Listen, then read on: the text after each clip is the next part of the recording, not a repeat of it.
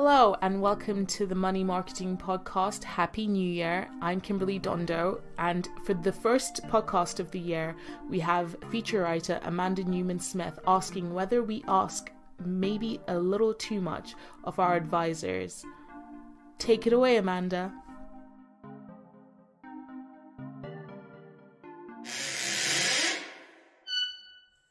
Do we expect more for less from advisors? My son Liam wants to get into music college when he leaves school. He's become more serious about performing in the last year, and at 13 he's already passed one musical rite of passage, quitting as lead singer, guitarist in a band due to musical differences. In a nutshell, they couldn't agree what to perform. Liam suggested David Bowie, but the bass player, who saw it as his band as he brought them together, preferred Elton John. And the heart of this difference of opinion was authenticity. The band included a pianist, and the bass player felt this meant they could only play songs with a piano part. Liam's suggestion of creating a piano part where none existed was dismissed, as it wouldn't be like the original. Increasingly frustrated, Liam refused to sing Elton's I'm Still Standing and left the band. He will happily sing it in the car, but doesn't want to perform it. The reason? It doesn't make the hairs stand up on the back of his neck like Space Oddity or Nirvana's live cover of Bowie's The Man Who Sold the World. Despite his youth, Liam knows he needs a genuine connection to a song to perform it well. Liam's band problems and the broader theme of authenticity were at the back of my mind when I did a couple of recent interviews for Money Marketing. I've been looking at how the role of financial advisors has evolved in recent years. Not the done-to-death aftermath of the RFDR, but how financial planning is the perfect fit for intergenerational wealth transfer. I'm genuinely interested in the ability of advisors to connect to different generations of clients, the way my son and his peers connect to songs written by and for people of a different era. My husband and I often joke about being down with the kids, but the reality is that we can connect better on some levels with our teenager than others. I remember being dropped like a dirty dish rag when my best mate got her first boyfriend, so when Liam went through a similar thing, I could help. But there are aspects of my son's life in which I'm clueless about, like gaming, as times move on. Just as I don't get my grand's passion for the black and white movies of her youth at the other end of the age spectrum. I could fake enthusiasm or even educate myself a bit, but ultimately, the likes of Nintendo's Mario and Hollywood legend Cary Grant are not me. I imagine it's no different for advisors who are trying to bridge the generation gap with someone much older or younger than themselves. There'll be some areas of mutual connection, and it's better to focus on those rather than force the areas that don't come easily. Just before Christmas, I spoke to John Porteous from Charles Stanley about the findings of the firm's Moments That Matter report. The firm had also tied this report in with insight gained from its advisor conference into when and why clients see an advisor, what clients want from advisors, and how advisors can engage with the next generation of clients. What came out of our chat is that advisors are increasingly required to understand the complexity around their clients' family relationships as intergenerational wealth becomes more prominent. No easy task. But for me, the standout statistic was that around a third of advisors surveyed by Charles Stanley said their clients need more emotional support than financial. The firm also found that many consumers expect financial advisors to approach their services more like counsellors. According to Charles Stanley, consumers are increasingly looking for financial advice at pivotal and often more vulnerable moments in their lives. It says clients are more demanding about the additional support they need, so advisors' skill sets have had to go beyond financial advice, which has reshaped their role. The press release issued by Charles Stanley ends with a comment from Sean Osborne, the firm's group head of sales, which says, "The lines are being blurred between professional and personal advice in a post-COVID world, and advisors are under pressure to deliver on all fronts." I've written previously about my unease at the trend for some professions to dabble at the edges of other professions, however well intended. But at the same time, I understand that professions evolve, and financial planning, as opposed to old-style transactional financial advice, is where we are at. So if my financial planner asks about my life, my relationships, motivations, goals and worries that on the face of it have no bearing on the financial, then surely it's only natural for me to turn to them for emotional support when something changes that I can't handle on my own. However, I still feel like shouting, "The clue is in the job title! Financial planner, wealth consultant, financial advisor, or whatever else it might be."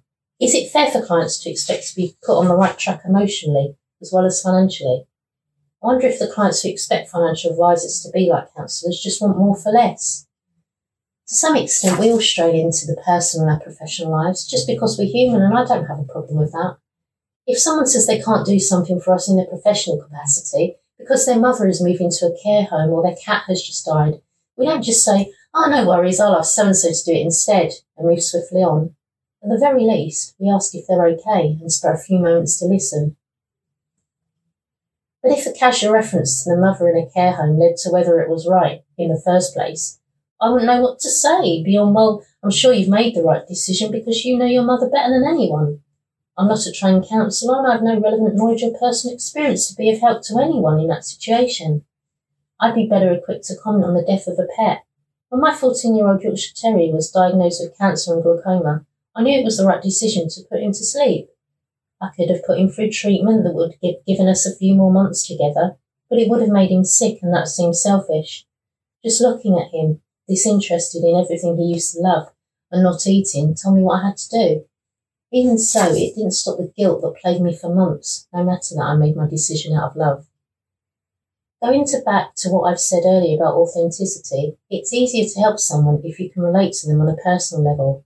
Whether it's something as trivial as a shared hobby or something deeper like having been through a divorce, it's a way in to connect. So I appreciate that understanding the interconnected emotional and financial aspects of someone's life can help advisors build relationships with clients.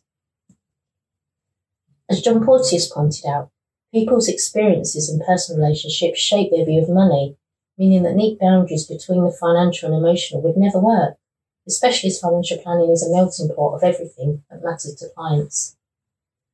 I know some advisors who have taken formal qualifications in counselling because they've decided that it will be beneficial for their client base. Having seen the way the profession has evolved, especially in relation to the identification and fair treatment of clients in vulnerable circumstances, I can see that as a sensible move for some. But I don't think it should ever be a prerequisite for becoming an advisor, because formalising it takes it a step too far into the territory of others. At the risk of sounding harsh, if clients want counselling for personal issues, they should really be looking for it elsewhere. Having said that, there does seem to be a need for it, especially among people who acquire wealth quickly in a way that changes their lives. On my return to work after the Christmas break, I had a chat with Psychotherapy City's Amanda Faulkson, a psychotherapist who also provides wealth and business counselling. She often works with people who have acquired wealth through lucrative careers or inheritance, but then struggle with isolation, fitting in or finding meaning in their lives if they don't need to work. Faulkson never speaks about her clients, but gave me a couple of examples of people she has known over the years. One young man was part of a group of friends who had gone to school and college together. He expected to inherit some family wealth later in life, but that was way off. However, the death of a relative who had no direct heir meant he inherited wealth much earlier, and it destabilised him. His friends assumed that with his newly acquired wealth, he'll be living a different lifestyle and not wanting to hang out with them, doing the same things he always had. They were unsure how to behave around him, so it was easier to stop inviting him out, and he felt he could no longer trust them. Faulkson, a former chef, also talked about a friend who became a well-known chef. All she wanted was for her friends to invite her to their homes for a spaghetti bolognese. The invite presumably never came because her friends assumed their spag bol could never compete with hers.